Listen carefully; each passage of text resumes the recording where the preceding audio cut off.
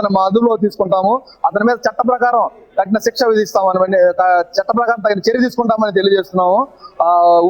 Women's day రోజున ఇలాంటి సంఘటన జరగడం చాలా దురదృష్టకరం. అయితే ఇమీడియట్ గా మాకు ఈ విషయం తెలియగానే వెంటనే స్పాట్ లోకి వచ్చేసేసి బాధితురాల దగ్గర నుంచి స్వయంగా మేమే ఫిర్యాదు తీసుకొని 10 నిమిషాల్లో ఎఫ్ఐఆర్ రిజిస్టర్ చేసి అతన్ని నిందితుడిని కూడా మా కస్టడీలో తీసుకొని ఇమీడియట్ గా అతని మీద చట్ట ప్రకారం చర్య తీసుకుంటామని చెప్పేసి మీకు తెలియజేస్తున్నాము.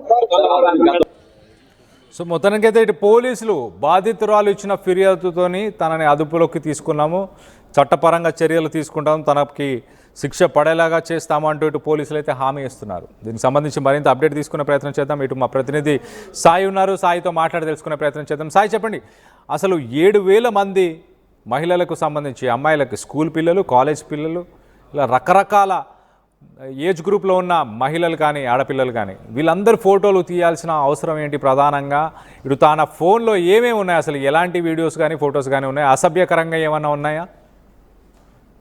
కళ్యాణ్, ప్రధానంగా తెనాలి నుంచి విజయవాడ వెళ్ళేటటువంటి దారిలో తుమ్మపూడి అనేటటువంటి ఒక అడ్ రోడ్డు ఉంది. ఆ అడ్ రోడ్డు వద్దకు ఈ తెనాలి నుంచి వెళ్ళేటటువంటి వాళ్ళు కానీ మిగిలినటువంటి వాళ్ళు అక్కడికి వచ్చి విజయవాడ వెళ్ళేటటువంటి బస్సులు ఎక్కుతూ ఉంటారు, లేకపోతే ఆటోలు కానీ. అక్కడ జర్నీకి అదొక పాయింట్.